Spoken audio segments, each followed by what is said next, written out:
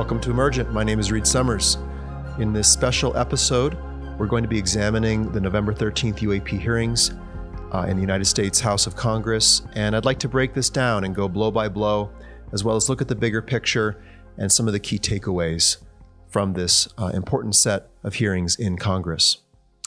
Last week, in two of the subcommittees of Congress, 4 witnesses took the stand and provided testimony on the record regarding the existence of unidentified anomalous phenomena, or UAP, as well as the implication that a non-human intelligence is present in our world. The 4 witnesses were Tim Gallaudet, Lou Elizondo, Michael Schellenberger, and Michael Gold. And the stated purpose of the hearing was to address critical issues of excessive government secrecy, lack of oversight by Congress and the legislative branch of the U.S. government, as well as the potential concealment of a non-human form of technology, craft, or even biology that is present in our world.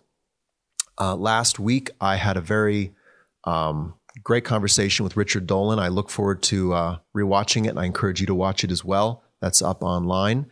That was episode 3 of Emergent. And I felt like I might just do a little bit of a deeper dive and go into the hearings and look at a number of important takeaways, key implications, statements that were made. So the plan for today's episode is the following. I'm going to give you my overall impressions of the hearings. I'd like to talk about certain indications that I saw and the implications they might have. Share some new information and key insights that stood out to me in the hearings, and then end with some takeaways as well as the bigger picture as we expand beyond this hearing to consider the future and the path forward for disclosure. So let's dive right in. I would have to say overall, this hearing in the U.S. Congress met my expectations as to what I thought was likely to happen. I know some folks were disappointed in the lineup of witnesses, felt like certain others needed to be there, and questioned the presence of one or two of those who in fact were. But per the stated purpose and background of the hearings, I think they struck pretty close to the mark. They did talk about the problem of overclassification, the lack of congressional oversight. They did talk about Arrow, and they did dive into the recent journalistic accounts brought forward by Michael Schellenberger on the Immaculate Constellation umbrella SAP, Special Access Program, that by all accounts is basically a container for a number of other special access programs focused on collecting UAP data and tracking UAP movements. And in the end, I think it was on full display that there is a secrecy and a cover-up. Congress does not have the ability to gain access to those programs and people who are working on it. And generally, this is fully obfuscated from public awareness, and that needs to change. So I think that was definitely on full display. I'd like to start with this video by Congressman Ogles, where he summarizes the current state of the UAP reality and its national security implications. What are the guarantees that if this were to fall in enemy hands, that it isn't immediately weaponized against us? And I'll say this, it is clear from my experience and what I've seen that there is something out there. The question is it ours? Is it someone else's? Or is it otherworldly? And Madam Chairman, I would posit that as the legislative body, as the regulatory body, we must know. And anyone who prevents us from gaining access to that information, I would consider that criminality.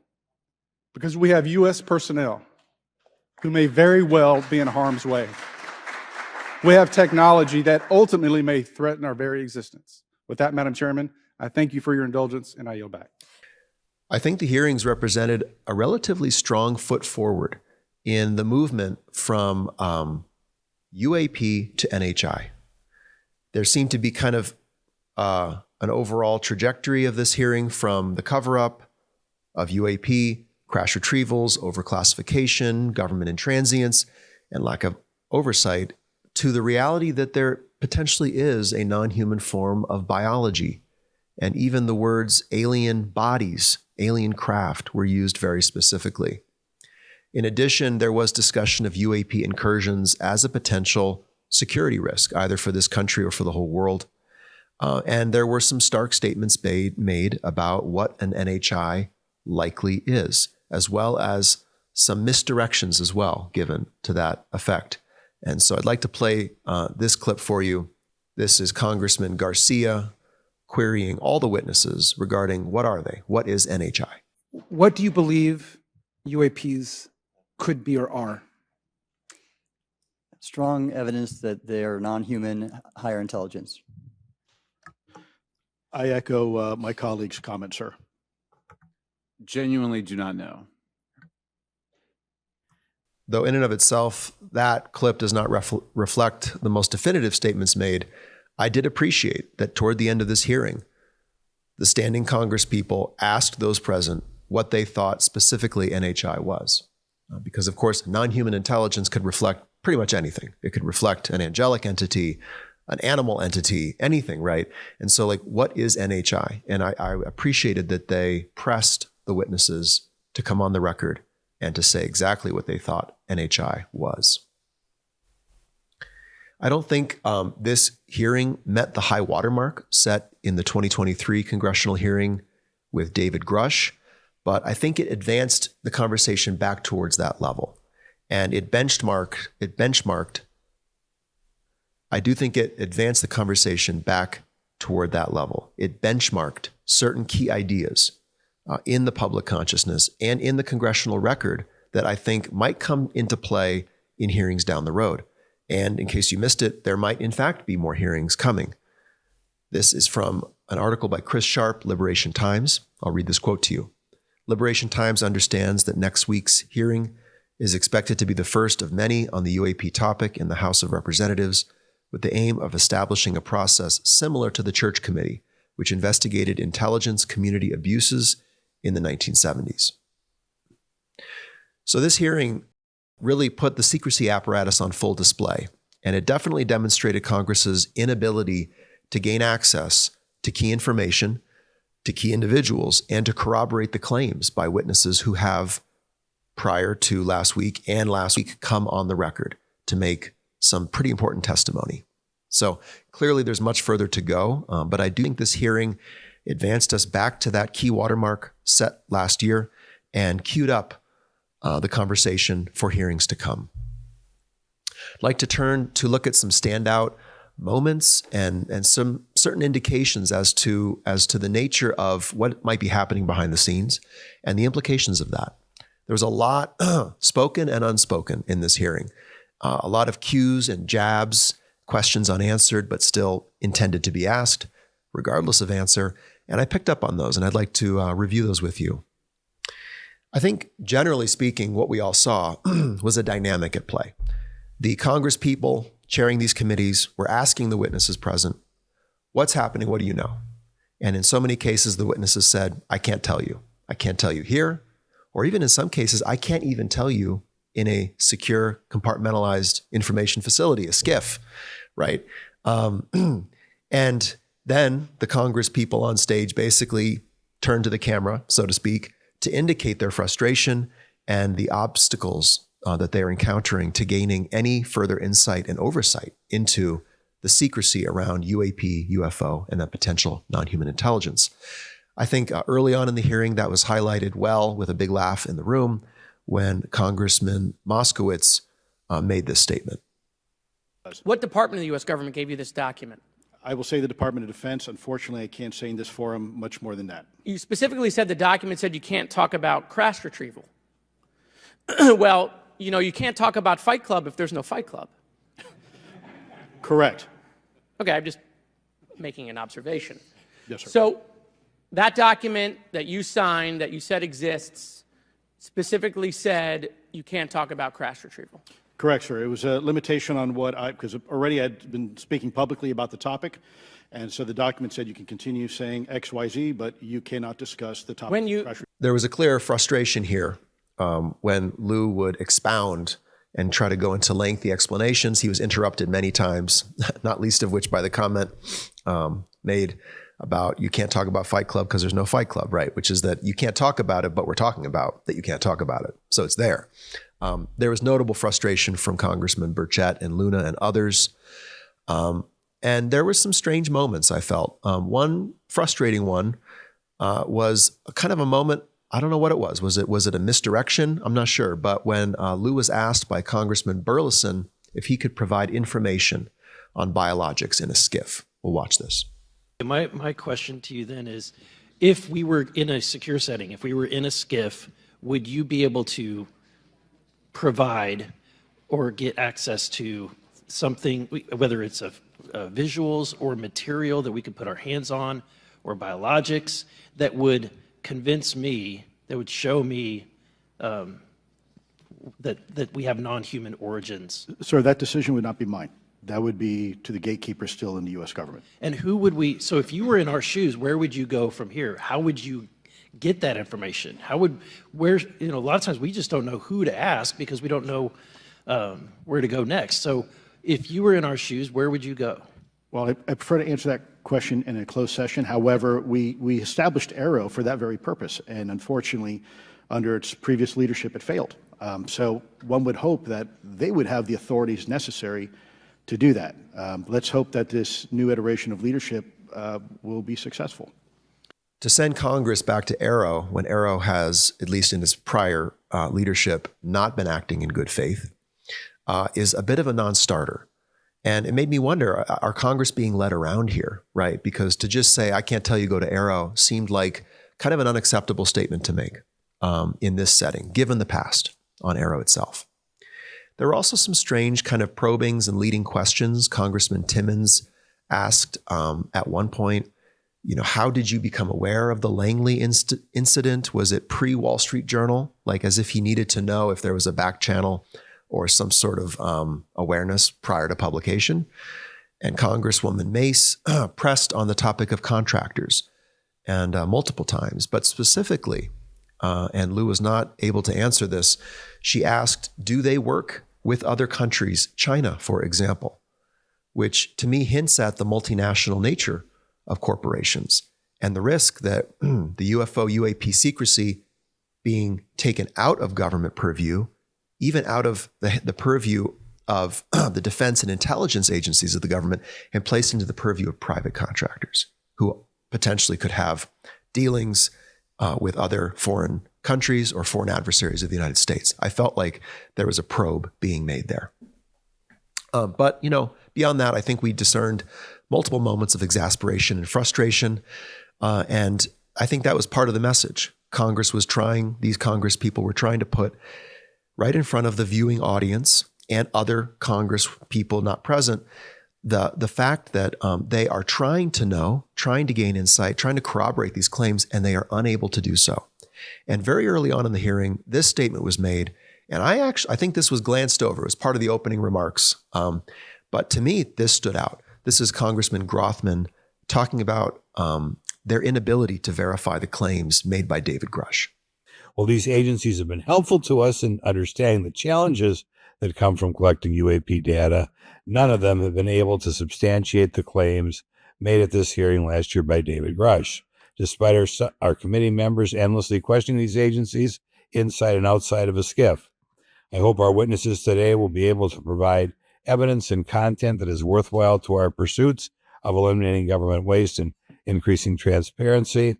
So to me, if they're unable to make solid corroboration of the claims made by David Grusch over a year and a half ago, which were very considerable, in some cases sensational claims, how are they going to verify the claims made in this hearing by the four witnesses present? It's a problem. And I think that was put on high display in that moment. I also just want to highlight that I thought the most important questions about non-human intelligence and NHI, as it's called, intent and activity, were probed very anxiously and awkwardly and not very effectively. I found that to be somewhat frustrating. Here is a moment when Congresswoman Luna is asking two very important questions, and then she tacks on a third, and essentially that overlays the first two, and the first two never get spoken to after that point. Based on our conversations, that we've had people that say that there are good and bad of whatever these things are. And so my concern from a national security perspective is A, that true? B, are you guys hearing the reports of that? And C, I think moving forward in regard to technology, Mr. Gold, if you can answer this real quickly, some of these aircraft, it seems that they are operating off of energy that we don't currently have. But just yes or no, in your opinion, if we were able to obtain that, would that impact humanity for the better or negative? There was also some notable moments when the Congress people were asking about alien biologics or even bodies. A couple statements made that were a bit eye-popping, but a couple that were quite frustrating. And here's a clip of Congresswoman Mace asking for a definition or further explanation about NHI biologics.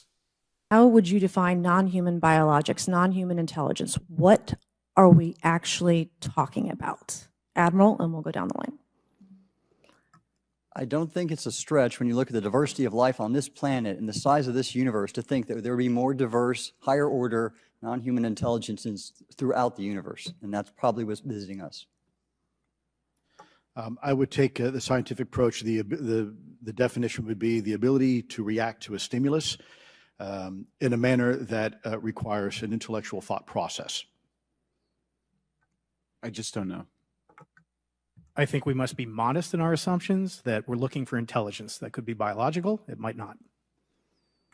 It's quite frustrating here. Lou seems to turn to Webster's dictionary, basically after affirming clearly the reality of alien craft and alien bodies. When pressed further, he basically goes to the most basic of definitions regarding life itself. I thought that was a bit of an underplay on the moment that was offered up to him. I know a lot of folks were asking as well, why was Michael Gold there? Why was this individual present who really offered almost no, if minimal, insight or personal testimony, and more of a plug for NASA? And let's do more science, let's find out. And there was some very frustrating moments related to that. This is one when asked, what is the why behind the secrecy? This was Congressman Moskowitz. Why are people, anytime they ask, why are they always thwarted? Why are they always judged? Why is they always have misinformation spread? Why is there always retribution? Why is it always met with an ear? What's the why? If it doesn't exist, why is it such a problem? I think if you go through the history of science, Representative, it is always difficult for breakthroughs and new information, regardless of whether it's UAP or any other kind of discovery. And in science, we're supposed to be open, but when you break with the orthodoxy of what's believed, whether it's Galileo saying that the Earth doesn't rotate or the Earth rotates around the sun or the sun doesn't rotate around the Earth, it's always challenging for new beliefs. I think that's completely unacceptable in the setting, which is to say, science struggles with discovery. There's sunk cost and prior intellectual commitment to former understanding, and it's just difficult to get over the fence line. I don't think that's acceptable in this setting.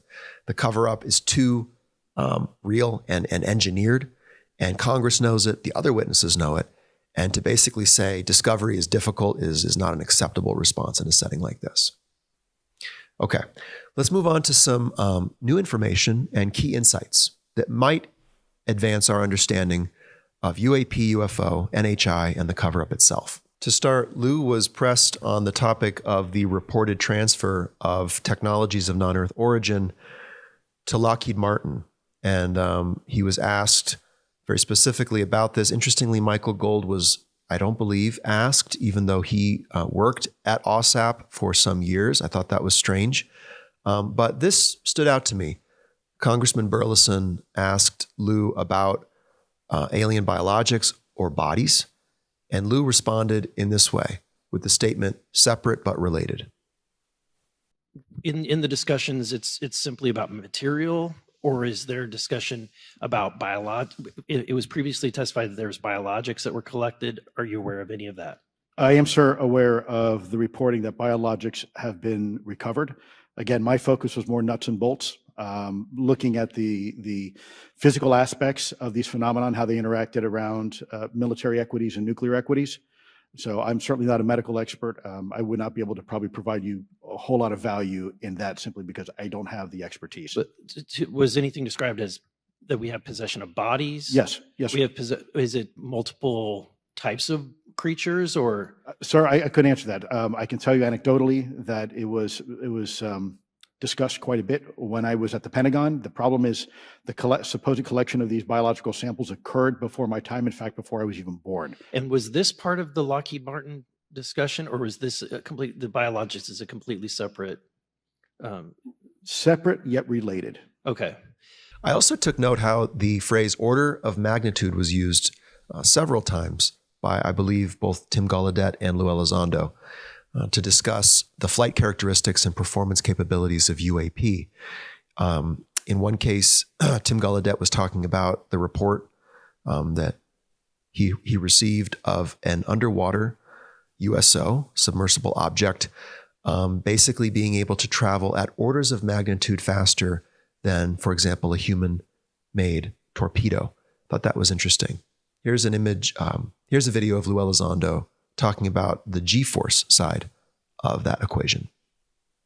The human body can withstand about 9 G-forces for a short period of time before you suffer negative biological consequences, blackouts and ultimately redouts and even death. Comparison, our best technology, the F-16, which is one of this older platform, but one of our most highly maneuverable aircraft, manned aircraft, made by General Dynamics, can perform about 17 or 18 G-forces before you start having structural failure, meaning that the airframe begins to disintegrate while you're flying. The vehicles we're talking about are performing in excess of 1,000, 2,000, 3,000 Gs. It was notable in Lou Elizondo's written testimony submitted before the hearing that he meant to call out what he described as a professional psychological operations officer employed by the Pentagon, which he said, and I quote, serves as the singular point of contact for any UAP-related inquiries from citizens and the media. I think this was a very specific call out. And here's a clip of Tim Gallaudet talking about, I believe, his experience of encountering this individual in the setting of Arrow. Yes, sir. Earlier this year, I met with the DoD's All-Domain Anomaly Resolution Office, and what I thought would be a 90-minute meeting just to meet with leadership turned out to be an hours-long influence operation on me, where they attempted to convince me of the validity of the very flawed and error-ridden historical records report. In addition, they tried to have me question very valid UAP reports like the Tic Tac incident, and even coming to stating possibly that the Tic Tac was American technology. And then, of course, if you ask David Fravor or Alex Dietrich, the two witnesses, they were convinced it was otherwise. And then, and they also cast discredit on various UAP whistleblowers and witnesses to question their validity and credibility as witnesses. I think here we're gaining a little bit more insight into the apparatus that maintains the secrecy, obfuscates the issue, generates, further ridicule and suppression of testimony by both firsthand witnesses and whistleblowers. And I think that's valuable. Another little one, very brief mention, but did pique my interest, was Lou did say at one point that the stovepiping of these secret programs regarding UFO became worse with 9/11. Now, I could imagine in the context of an intelligence failure like 9/11 that the secrecy, that intel and defense agencies would start to rapidly try to accumulate more insight and intelligence into foreign adversaries, non-state actors. New programs would get kicked off. There would be a high sensitivity regarding leaks or spies or whistleblowers to those activities, especially in the run-up to the wars in Afghanistan and Iraq. Get that. But that the UFO issue would become increasingly stovepiped at that junction is very interesting to me as well. I have heard interesting rumors, comments made about a potential form of NHI influence around the war in Iraq at that time, and to be corroborated and further investigated. But that statement by Lou definitely piqued my spider sense a little bit. This interaction definitely interested me. It seemed to be all in one breath, a rapid succession of yes, yes, and I believe yes or maybe to questions about crash retrieval, reverse engineering, and alien craft. This is Congresswoman Mace essentially interrogating Lou Elizondo in a brief period. All right. Okay, Mr. Elizondo, you stated in your testimony that, quote, advanced technologies not by our government or any other government are monitoring sensitive military installations around the globe, end quote. If these technologies are not made by any government, Who's making them? Private companies, or are you implying they are crafted by a non-human intelligence? Well, ma'am, that's precisely why we're here. The problem is that temporally speaking, over decades, not just the last 10 years, to put this in perspective, Are these private companies you're implying, or is this non-human intelligence? it may be both. Okay. When it comes to Blue Force Technologies, I would not be able to discuss that, Okay. ma'am, Are you read into secret UAP crash retrieval programs? we would have to have a conversation in a closed session, ma'am. I signed documentation 3 years ago that restricts my ability to discuss specifically crash retrievals. I submitted for my book through the DOPSR process, which took a year for it to be reviewed. And what is in the book is what I was told I'm allowed to talk about. Has the government conducted secret UAP crash retrieval programs? Yes or no? Yes, Okay. Were they designed to identify and reverse engineer alien craft? Yes or no? yes. Do any U.S. contractors have the same? I would prefer to address that in a closed session, ma'am. Quote, were they designed to identify and reverse engineer alien craft, yes or no? That is quite a question. And that Lou was willing to give an affirmative in no uncertain terms to that, I think is most certainly notable. I'll also say there were a couple moments of possible indication regarding the impact and influence of non-human intelligence on at least U.S. military personnel. Lou Elizondo did mention the word stalked in, I believe, a report that came across his desk at one point. I'll play this brief clip for you. Would you agree that it's likely that they are being piloted by some mind-body connection? Ma'am, I think it is safe to presume here that they are being intelligently controlled because some cases seem to anticipate our maneuvers, and in other cases they seem to, I came across an email where the word stalked was used in a very secure email between Navy officers discussing their ships being pursued by a UAP. Add to that some of the key revelations in the Immaculate Constellation document, the 12-page document that was submitted at that very hearing, I believe. There are other indications of NHI craft, UAP, having some sort of effect on observers. And I'll read this to you. This is the CVN Flight Deck Personnel Report from itself. The surface of the UAP was observed to be dynamic, quote, roiling like the surface of the sun. The UAP took no reported actions during the encounter, only maintaining a close-in proximity. After an uncertain period, the UAP suddenly shot into the air, disappearing at a point high above the CVN. Observing personnel felt as if they had snapped out of a trance, end quote, with a sense of profound unease. So again, psychological and biological effects of UAP encounters are well documented. And I thought that was brought forward as important, and that this report by certain personnel of feeling stalked as well. And, the hitchhiker effect is well discussed and has been documented. And so, again, are we dealing with just a craft, an object? No, we're dealing with an entity. And I think there is some sort of effect that this entity is having neurologically, biologically, not just via technology potentially, but via also telepathy. And there are indications that these entities are highly telepathic.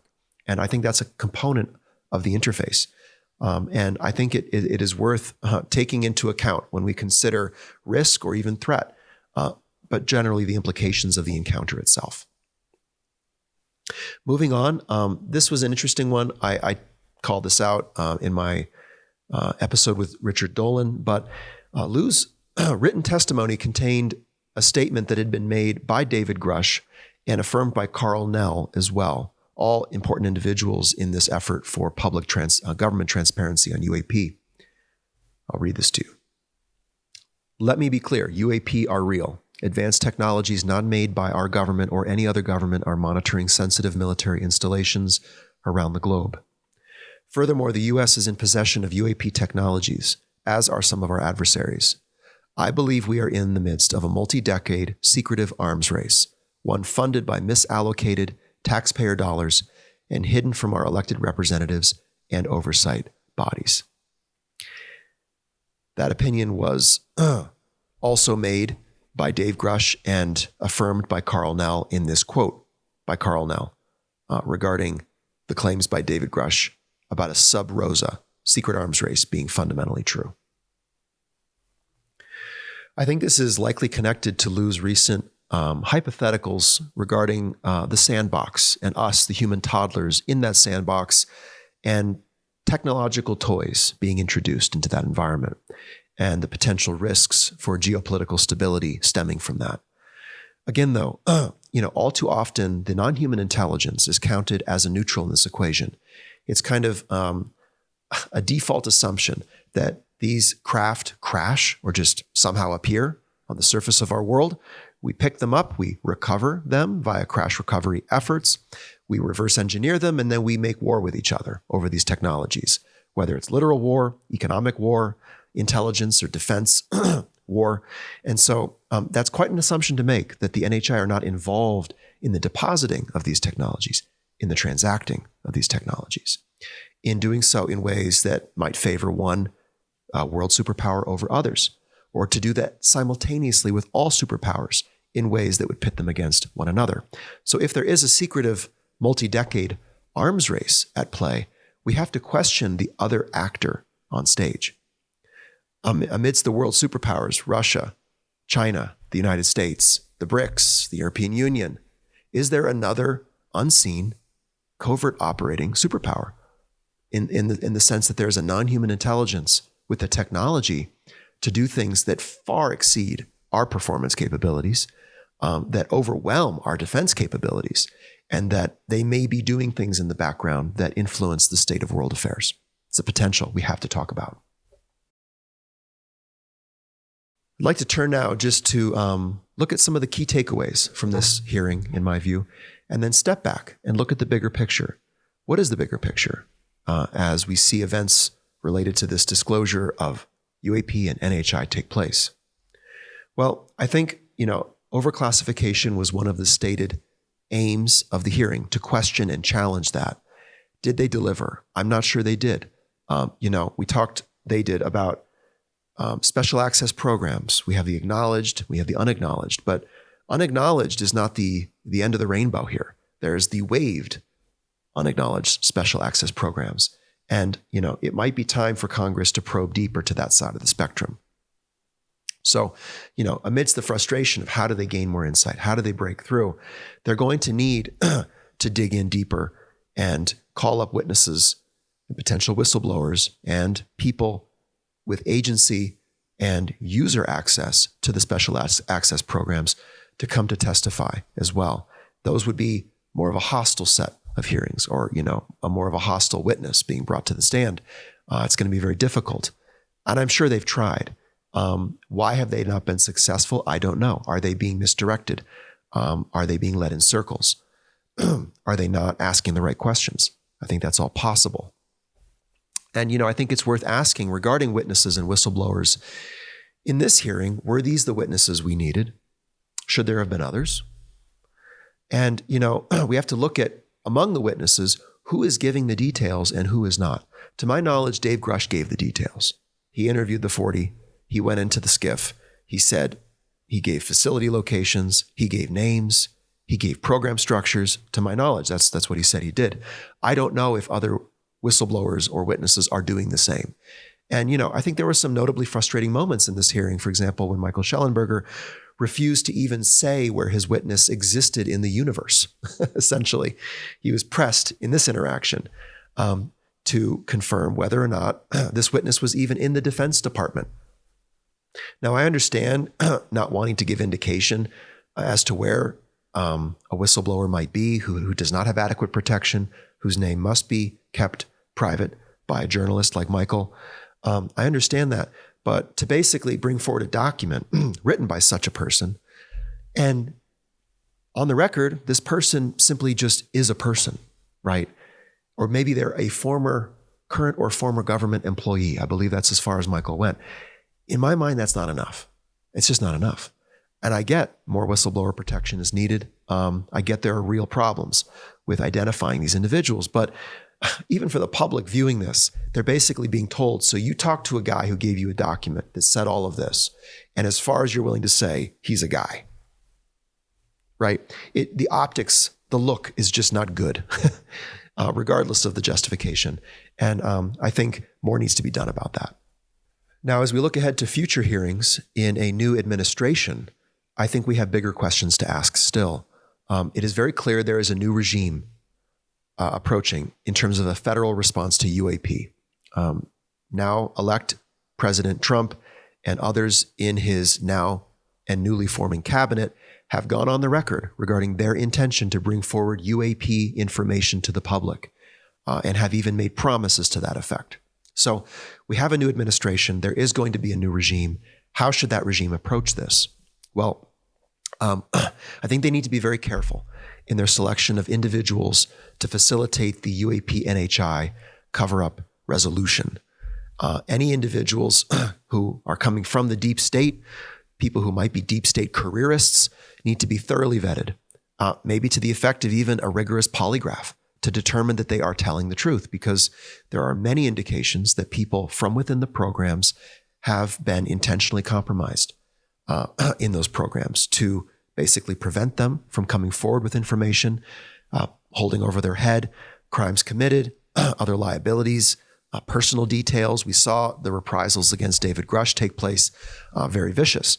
And he is not, to my knowledge, a deep state careerist, but others are. And so we must imagine those individuals might be heavily compromised. So before those people are just brought into the new administration, into what Lou Elizondo called for in terms of a single point of contact for resolving the UAP issue in the federal government, we need to really ask ourselves, are these people coming from within the former program? Are they operating in its best interest? We know keeping technologies and the profitable nature of science discoveries from UAP within the purview of one's company or consortium or even personal network is a potential point of major conflict of interest. And I hope the Trump administration takes that into account. As the transition team of the new administration forms, as the new cabinet of the administration forms, and the new Security Council around the president, I hope the administration is going to be seriously vetting the people it chooses to be involved. You know, there are reports of a majestic 12, and whether that's a 12, a 24, a 28, or a majestic 32, these individuals need to be known of. You know, maybe a dossier can be put together on them, and that can be submitted for consideration, because these individuals and their network could easily be absorbed into this new administration, and whatever intention it has to fully disclose this to the public could be thoroughly co-opted, if not just misdirected and led around in circles, which, I don't know, maybe that's what's happened in the subcommittees of Congress who have been unable to verify the claims made by David Grusch a year and a half ago. I do think we need some witnesses brought to the stand who come not in full willingness, but are required to testify against their will, potentially. Maybe we need to go back and look at the list of the secretaries of defense or the directors of the Central Intelligence Agency across the last 6 administrations. Maybe consider who among them have worked across multiple domains in multiple administrations, because that might indicate some access or some knowledge of the umbrella programs that have managed this across agencies and have successfully compartmentalized programs from one another and have maintained this waived special access program reality, waived from congressional knowledge, if not oversight, simply knowledge, involuntarily waived, you could say. So who would be the people who have had downward-looking access and involvement in multiple of these compartmentalized programs? Well, look at the umbrella. And who would have knowledge of an umbrella program? I would say people operating in those kinds of roles, potentially. So perhaps there can be a new set of hearings with witnesses brought to the stand against their will, called to testify by court order.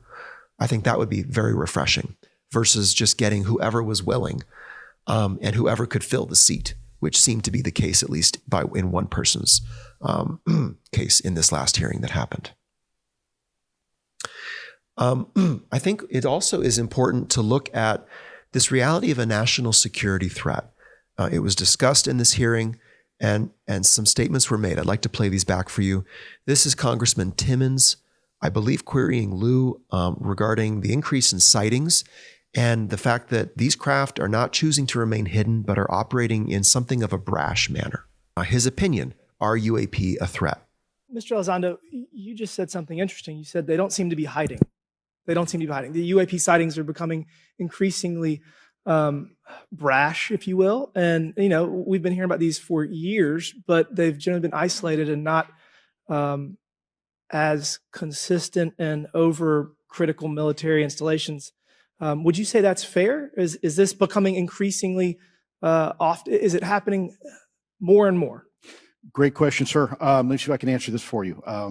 Certainly, there seems to be some indication that they're being provocative, meaning that they're, in some cases, literally splitting aircraft formations right down the middle. So that's an air safety issue. The question is it the frequency increasing? And the response is it depends. Yes, it's possible that there is an increase in frequency, but it's also possible that there's heightened awareness now, and there's also more pervasiveness of technology out there that's collecting this information and that can record this information. So we're not quite sure yet if it's actually an increase in numbers of these events, or is it that we have better equipment now to record these things, and we have a better ability, if you will, to analyze these things. And that's my next question. It seems that a lot of these sightings occur near military installations. Do you think that these UAPs are intentionally targeting military installations, or do you think that we have increased abilities to monitor surrounding the military installations? Sir, maybe both. Part of my concern is we have something in the Department of Defense and the intelligence community called IPB, Initial Preparations of the Battle Space. And we use equities like ISR, intelligence, surveillance, and reconnaissance, and other type of equities and technologies to prep the battle space. And certainly, if I was wearing my national security hat, even if there was a 2% chance that there was some sort of hostile intent here, that's 2% higher than we really can accept. And so we must figure out, there's a calculus, capabilities versus intent, in order to identify if something is a national security threat. We've seen some of the capabilities, yet we have no idea in the intent. And so this is why this discussion is somewhat, I think, problematic from a governmental perspective, because we have no idea.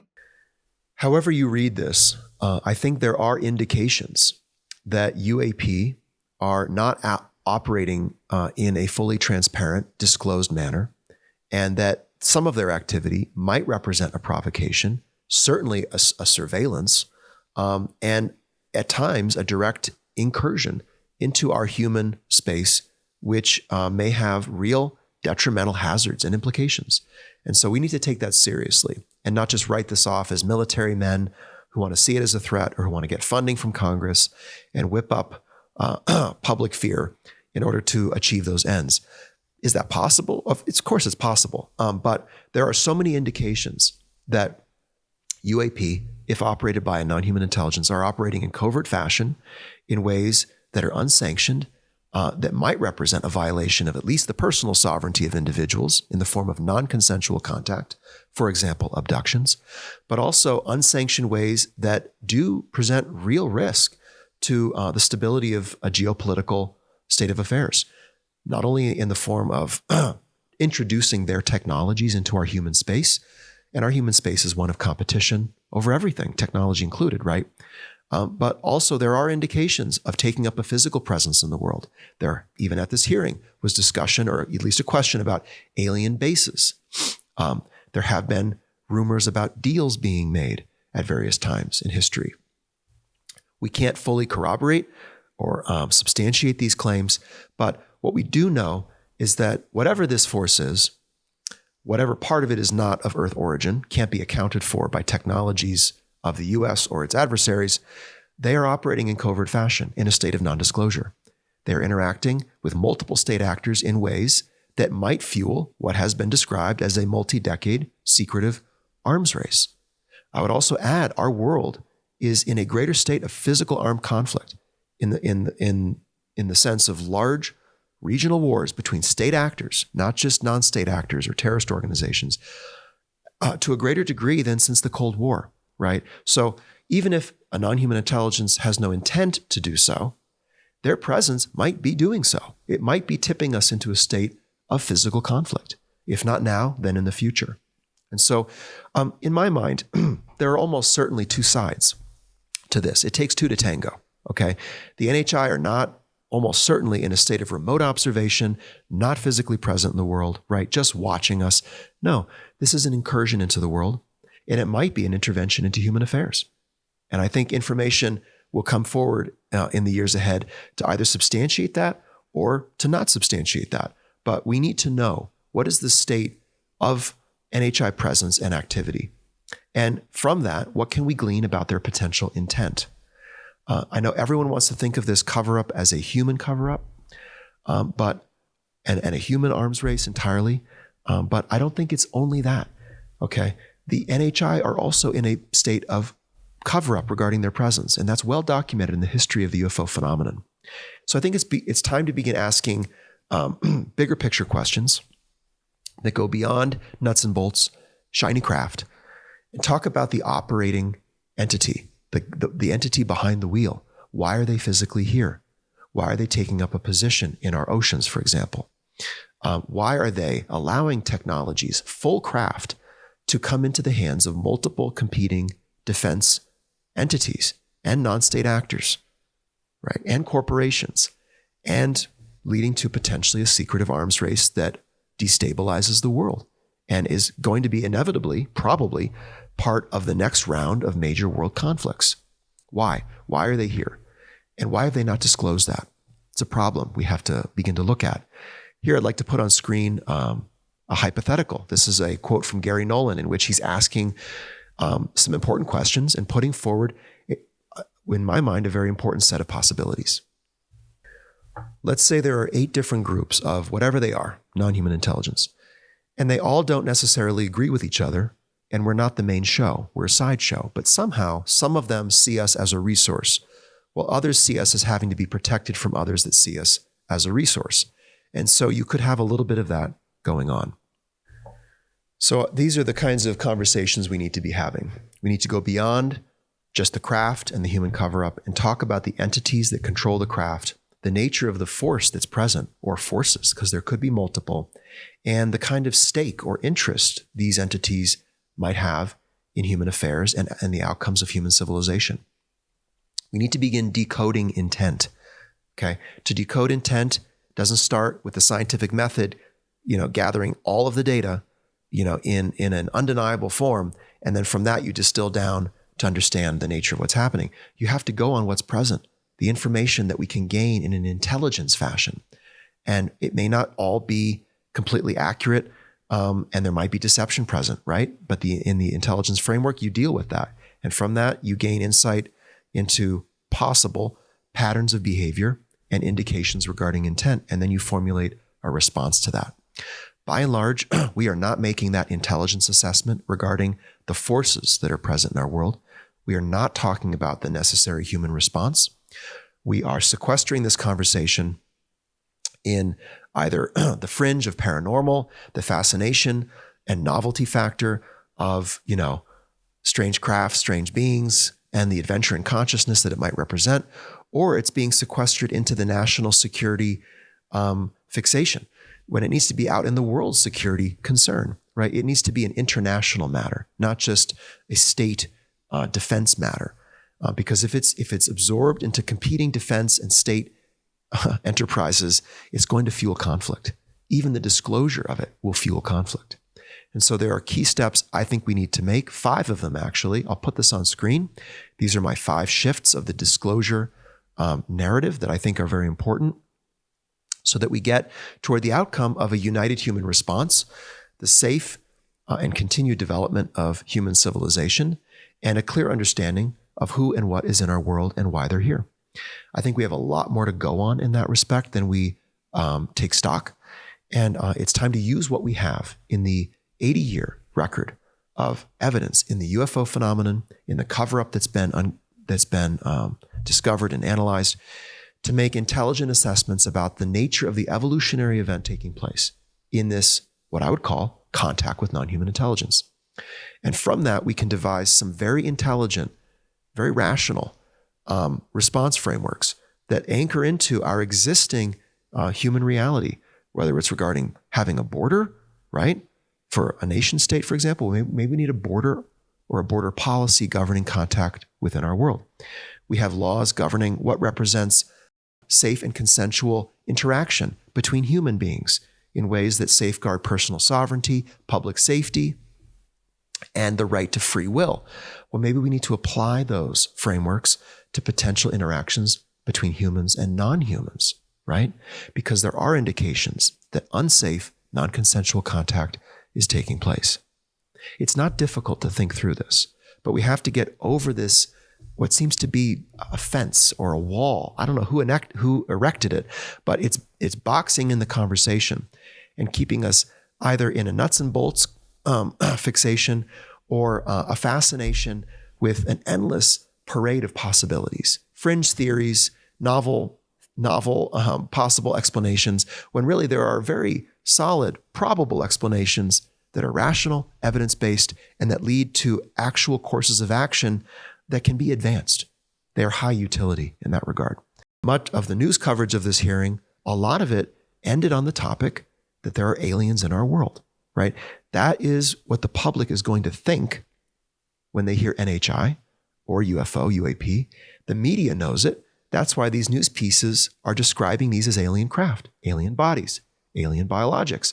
That's the thinking of the public. Why are we avoiding that? The public is thinking in terms that actually reflect, at least in part, the nature of the phenomenon and the evidence we have regarding entities with physical, evolved bodies and morphologies, humanoid figures. I mean, it's well documented, and the public is already thinking in those terms. Let's get them thinking more in those terms. Let's take Trump on his word.